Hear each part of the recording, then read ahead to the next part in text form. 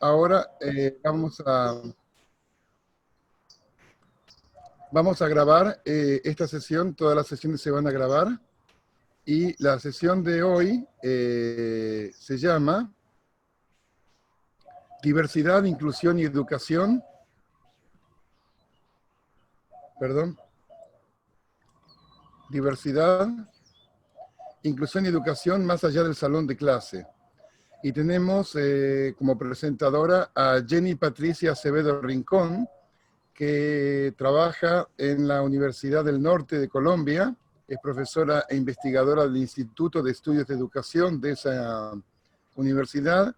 Ella es doctora en educación de la Universidad Estatal de Campiñas de Brasil y tiene experiencia en formación de profesores, educación matemática, inclusión en educación y autismo.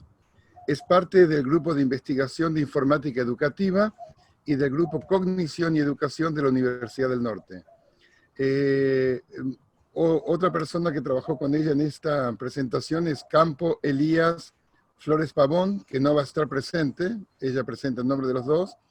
Él también es doctor en filosofía de la Universidad Estatal de Campiñas, Brasil, y es profesor e investigador del Departamento de Filosofía de la Universidad de Pamplona en Colombia, con experiencia en filosofía, paz y postconflicto y filosofía de la educación. Con esas palabras de introducción, le damos la palabra a Jenny. Jenny, adelante. Ok, buenos días. Entonces voy a hacer esta presentación. Ya Daniel nos introdujo muy bien. Muchísimas gracias, Daniel.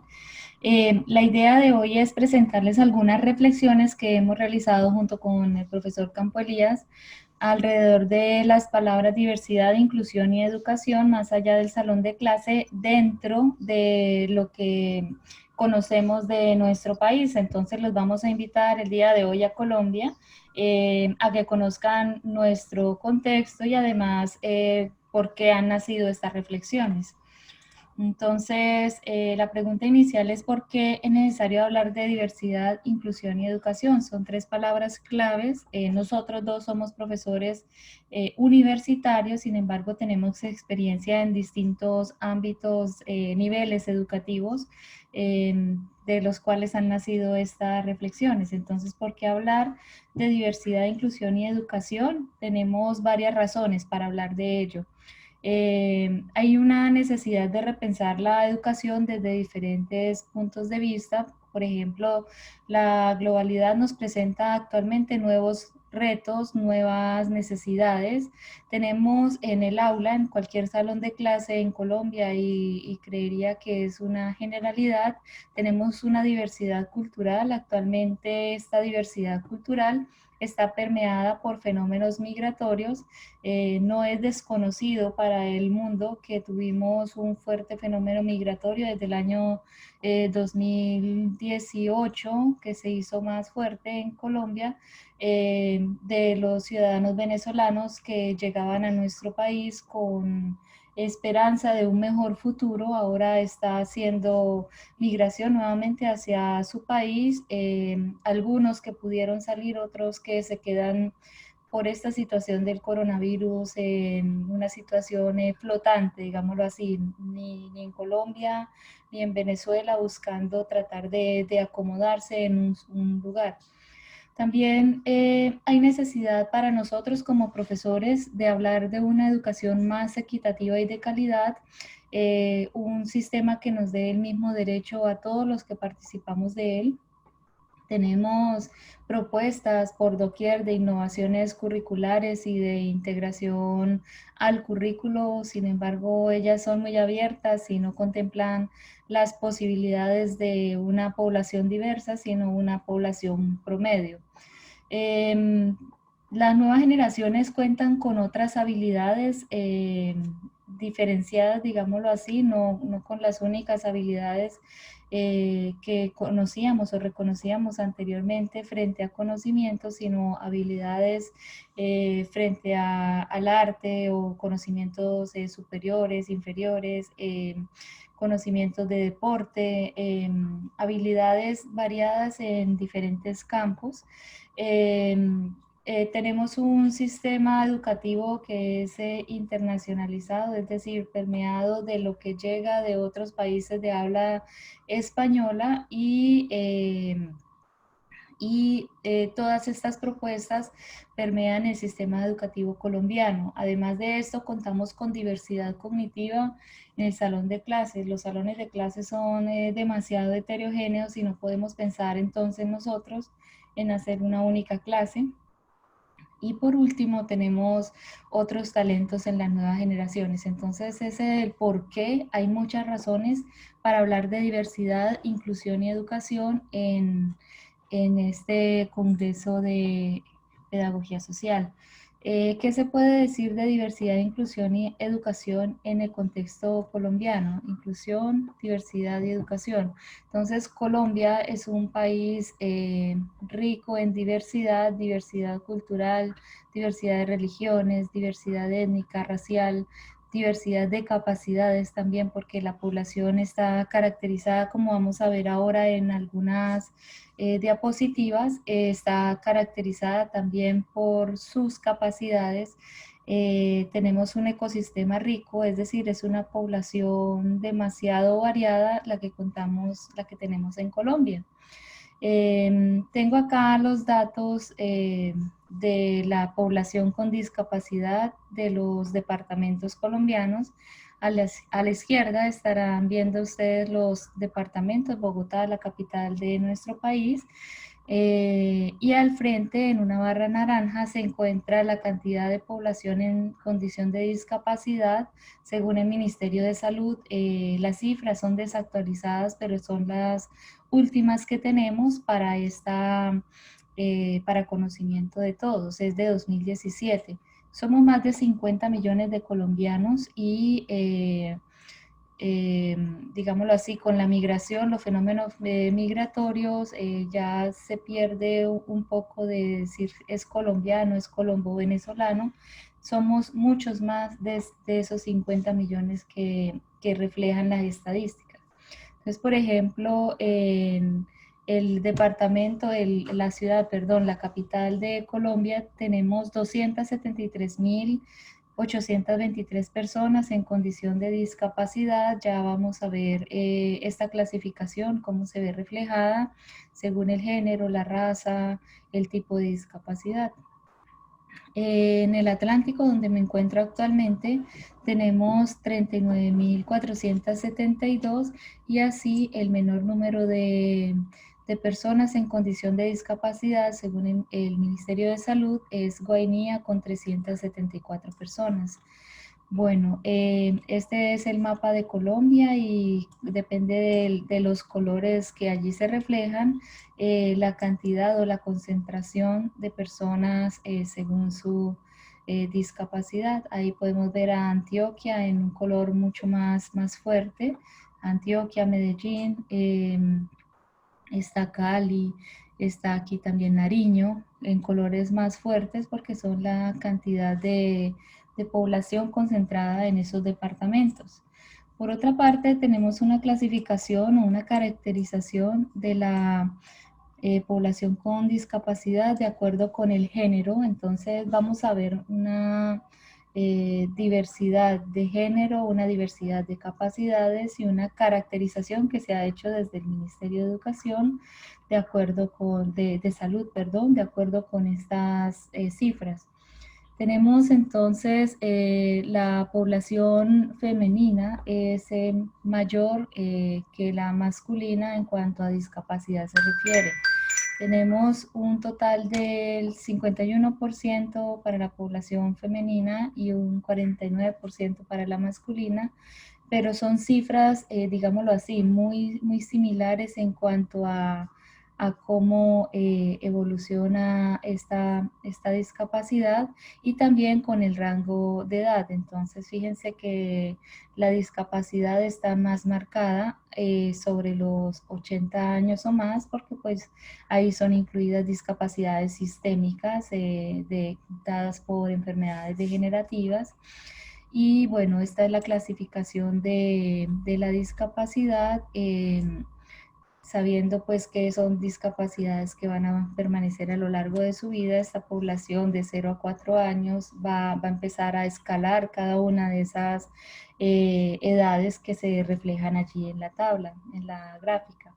Ahora, de otro lado, tenemos diversidad en cuanto a raza y a etnia. Tenemos que el 70% de la población es caracterizada como afrocolombiano, de la población de discapacidad, es decir, tiene una discapacidad y está en condición de diversidad por ser afrocolombiano. De estas personas, 37.000, perdón, 742 son indígenas, raizales, palenqueros, gitanos, todas estas son clasificaciones de etnia. Por otra parte, tenemos, también es conocido para el mundo entero la situación de conflicto que se vivió por más de 50 años en nuestro país, en donde las víctimas del conflicto están categorizadas en Colombia. Algunos de ellos tienen un carnet que los representa porque hay algunos beneficios de parte del gobierno queriendo como reinsertar, traer de nuevo a la vida laboral todas las personas que se encuentren en alguna condición. Entonces, las víctimas del conflicto son 172.503 que se han certificado, quiero aclarar esto, y que estas cifras son de 2017. De 2016 empezó la firma del proceso de paz y a partir de allí hubo una segunda, ¿cómo se llamará esto? Una segunda vuelta como del recrudecimiento de la guerra por parte de otros grupos armados que no firmaron el acuerdo de paz. Entonces, muy posiblemente estas víctimas del conflicto armado esté demasiado desactualizada por este tipo de situaciones.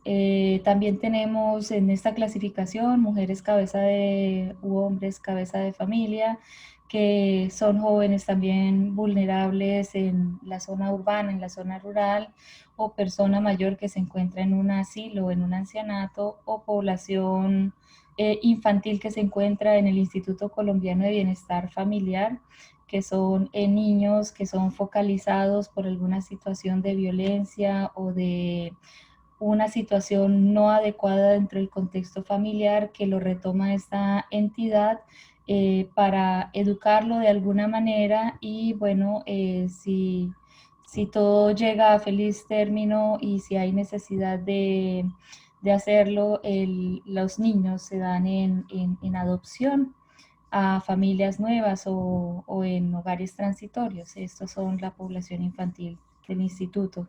También de esa clasificación tenemos habitantes de calle, población del centro carcelario y madres comunitarias. Entonces, esta es como una radiografía por parte de la clasificación dada por el Ministerio de Salud. Esta es otra gráfica donde muestra la cantidad de personas los departamentos con mayor presencia de personas en condición de etnia que tienen también, que son con discapacidad. Son los RLSPD, son los registrados ante el Ministerio de Salud y Trabajo también con estas capacidades. Entonces, la población afrocolombiana está más concentrada hacia el Valle del Cauca, Bolívar, también en Antioquia. Son las poblaciones o los departamentos con mayor cantidad de población afrocolombiana. Así tenemos otros departamentos donde están concentrada la población indígena, la población raizal, los palenqueros y los gitanos. Por otro lado, tenemos otra radiografía que nos muestra la población de acuerdo con el sistema educativo, el nivel del sistema educativo que aprobó por último. Entonces, fíjense que hay una concentración entre básica primaria, significa que lograron 5 años de escolaridad, y ningún grado de escolaridad. Fueron pocos los que culminaron un bachillerato, es decir, completaron el ciclo escolar básico, pocos los que llegan al sistema técnico-tecnológico, y de la misma cantidad tenemos los que llegan al sistema universitario. De posgrado no hay reflejados en esta tabla. Tal vez esta situación haya cambiado en estos 3 años, 4 años que han pasado desde el informe. Según el nivel de ingresos, entonces acá también es importante porque también se mide por la renta que ingresa a las familias, y 500.000 pesos pues prácticamente no es nada para un ingreso familiar. Entonces el 64% de toda esta población con discapacidad no tiene ingresos a su renta familiar. Por tanto, es de mucha la cantidad que está allí. 64% significa que mucho más de la mitad se encuentra en esta condición. Ahora, son pocos los que logran algún tipo de empleo, son empleos operativos, y están concentrados en un 22% aproximadamente. Quienes ganan entre esa cantidad y el doble, entre 500 y 1.000.000 de pesos colombianos, se está el 3.23%, y de ahí la tendencia es a 0% en el resto de rangos de rentas que ingresan. Ahora, según el estrato socioeconómico, entonces acá no contaron de pronto personas en estrato cero, significa los que no cuentan con absolutamente nada ni ingresos, que viven de pronto en invasiones, que no están configurados en una casa. De pronto los de estrato 1 son estratos muy bajos, estrato 1, 2, 3 son estratos, bueno, el 3 ya es medio, y la cantidad de personas concentrada en condición de pobreza es muy grande. El 48% significa casi la mitad de las personas están en esta condición, y es coherente con la gráfica anterior que indica que son personas sin ingresos o con ingresos mínimos. Bueno, voy a pasar acá y voy a hablarles ahora de la legislación colombiana. Entonces, fíjense que yo les hablaba de cifras de 2017, eso como un levantamiento que se ha hecho de datos, pensando en cómo mejorar de alguna manera esta situación. Sin embargo, al leer las leyes colombianas, se sabe que se está trabajando en ello desde hace muchos años, solo que al momento realmente no se ha visto estas leyes cómo han llegado a los colegios, a las familias. Realmente son muy pocas los beneficios, digámoslo así, que ha traído la escritura de estas leyes. Entonces tenemos una ley general de educación que se dio en el año 94, en donde nos dice que la educación es un proceso de formación permanente, personal, cultural, social, que se fundamenta en una concepción integral de la persona humana, su dignidad, también de sus derechos y de sus deberes. Los derechos pues que han sido vulnerados antes y después de esta ley, para las personas en condición que caracterizamos en condición de discapacidad. En 2009 sale la ley 1346, donde se habla de una convención sobre los derechos de las personas con discapacidad, es decir, ya he reconocido un estatus como este estatus que tienen, eh, a través de lo que se dio en la Asamblea de las Naciones Unidas el 13 de diciembre de 2006. En 2006 se dio esa asamblea, hasta 2009 en Colombia se vio una ley que hablara de los derechos que tienen esas personas. Entonces, fíjense el tiempo que transcurre entre que algo pase a nivel mundial y el tiempo que transcurre o que llega a ser realidad de alguna manera por medio de leyes en Colombia. En 2013 se establecen disposiciones para garantizar el pleno ejercicio de los derechos de las personas con discapacidad, y realmente, ok, queda esto así como en el aire, son disposiciones a nivel nacional, pero en la vida real, en el cotidiano de la gente, no se ve el beneficio que traiga esta ley. Simplemente creo que se trascendió a partir de estas leyes a caracterizar a las personas dándole un carnet, garantizándole que efectivamente usted se encuentra en condición de discapacidad y eso, por ejemplo, tiene que pasar por un comité médico si la discapacidad, por ejemplo, es auditiva. Tiene que pasar por un comité médico que le garantice que fue evaluado y que efectivamente sus exámenes muestran que, o sea, además tienen que exponerse a eso.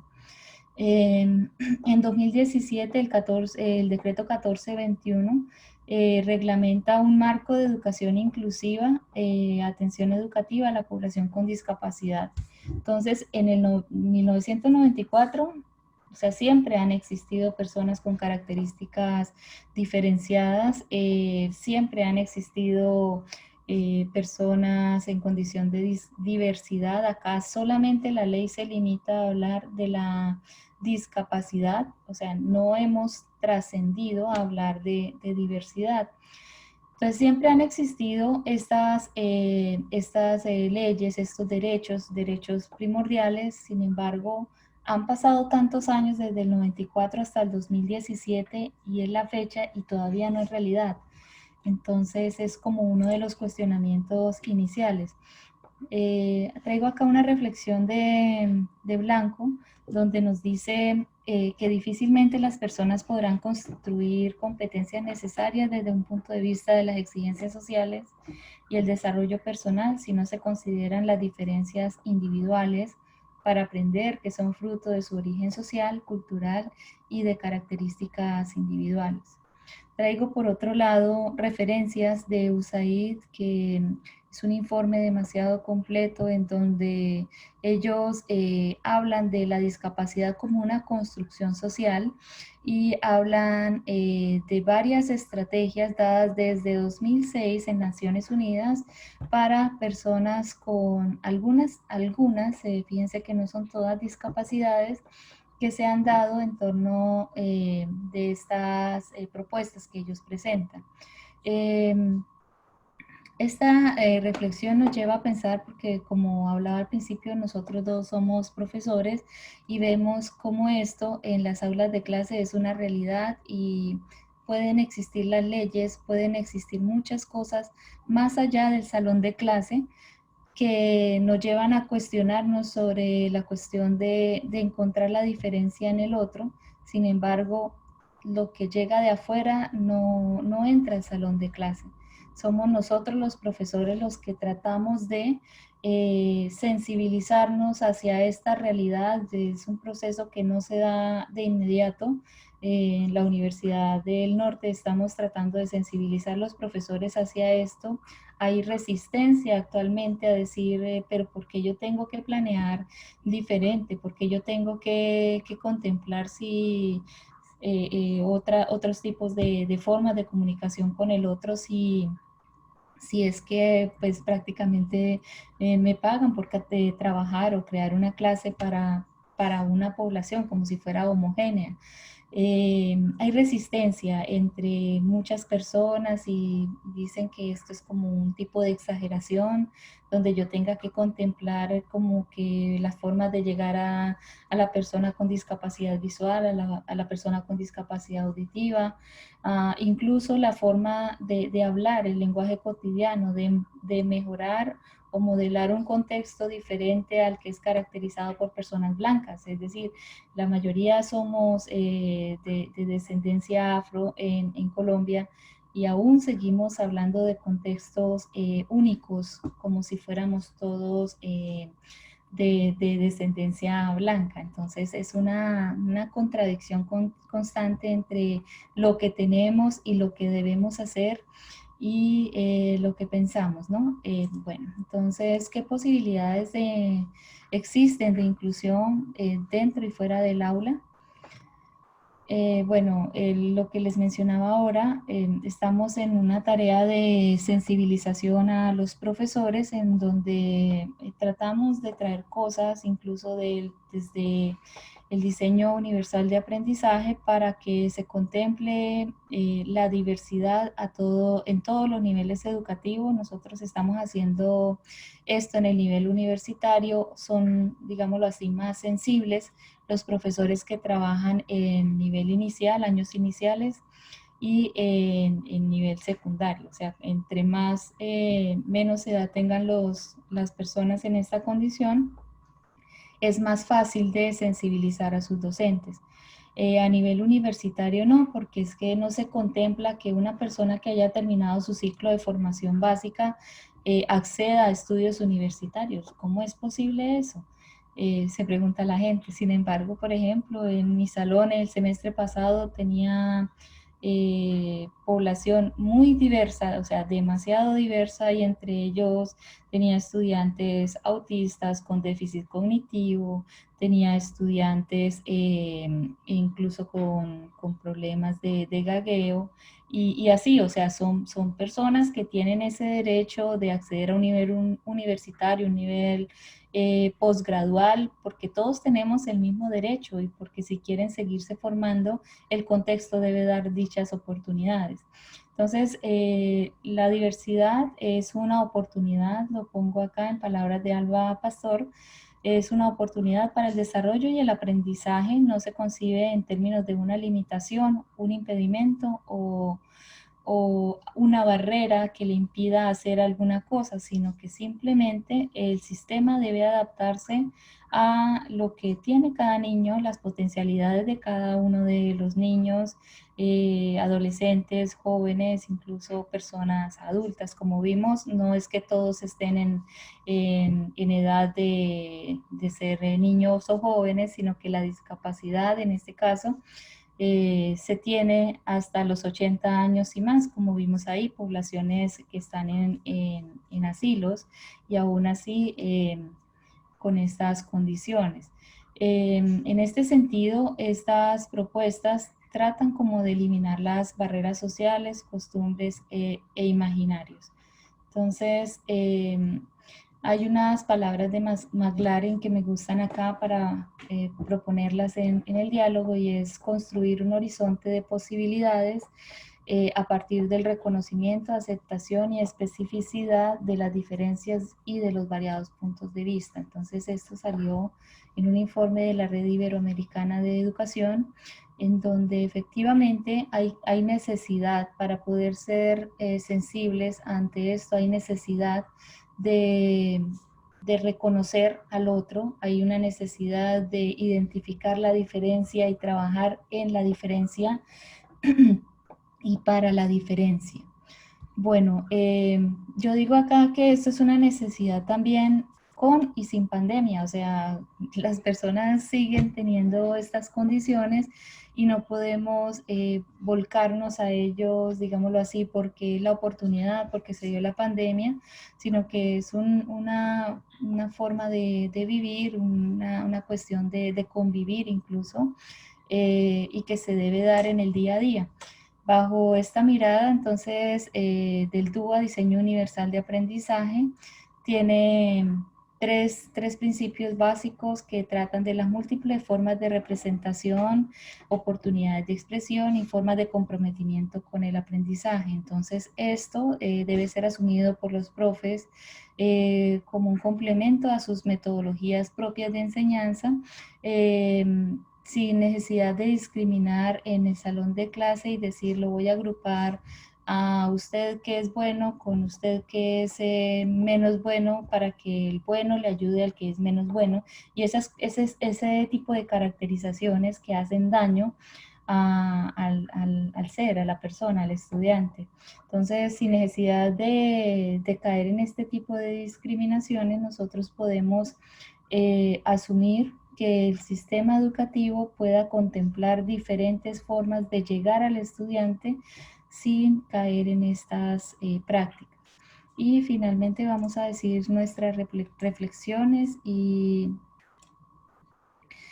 y vamos a mirar que es necesario reconocer las diferencias culturales, socioeconómicas, de representación y o participación de la sociedad.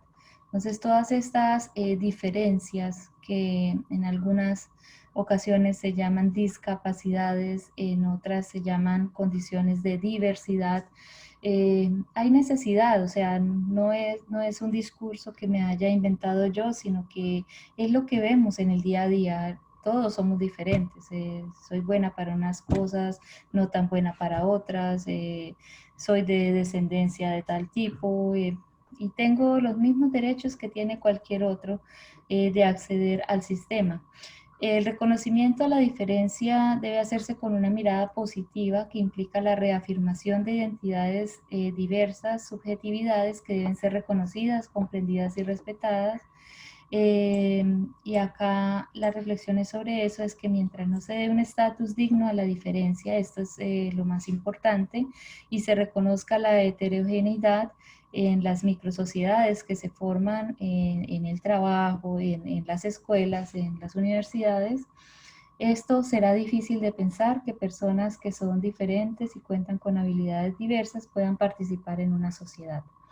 La enseñanza flexible en un salón de clase y además universal se logra en la medida que haya sensibilidad frente al reconocimiento de la diferencia del otro. Entonces, nuestros cuestionamientos van orientados hacia dos preguntas. En este caso es qué tipo de ciudadanos preferimos ser, qué retos implican nuevas generaciones que son cada vez más diversas.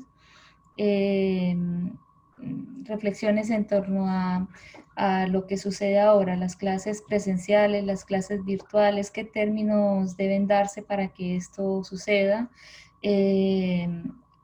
Decimos e insistimos que aunque el profesor tenga autonomía universitaria, es necesario reconocer más a las personas con las que compartimos espacios de enseñanza.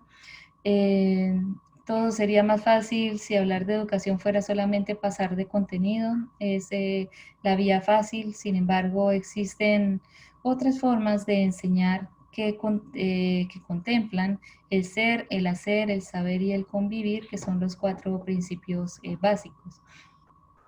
Además, asumir una filosofía de atención a la diversidad implica asumir otros retos personales y profesionales, sobre todo si no fuimos formados en y para la diversidad. Esto es muy importante también. Nosotros, profesores, estamos trabajando con estas condiciones, sin embargo, para nosotros ni siquiera fuimos formados adecuadamente en ingreso de tecnologías, que es lo que estamos viviendo y que nos toca actuar con ese conocimiento o desconocimiento. Tampoco fuimos formados en diversidad ni para formar en la diversidad. Entonces, es una cuestión de asumir esto como un reto y como una nueva filosofía de trabajo. Hay necesidad también de repensar estas políticas públicas, pues si bien están escritas en el papel, hay necesidad de efectivamente hacerlas llegar al currículo, de permear el currículo, y esto es una cuestión de todos. Entonces, estas políticas de inclusión se deben vivir en las prácticas diarias, cuestión de todos, tanto del estudiante, padre de familia, el director de colegio, el secretario de educación, ministerios de educación, presidencia de la república, es decir, es una cuestión donde todos estamos involucrados y debemos participar de ello. Algunas referencias acá de lo que se ha trabajado y bueno, ahora doy la palabra a Daniel. Muchas gracias, Jenny. Si quieres regresar, sí. Y muchas gracias, sí, por la presentación.